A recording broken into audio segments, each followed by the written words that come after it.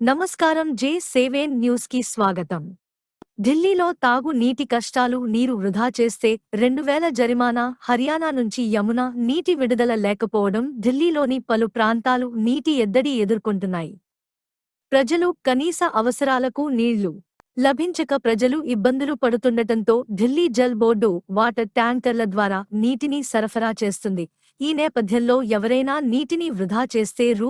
2000 జరిమానా విధించాలని ఢిల్లీ ప్రభుత్వం నిర్ణయం తీసుకుంది.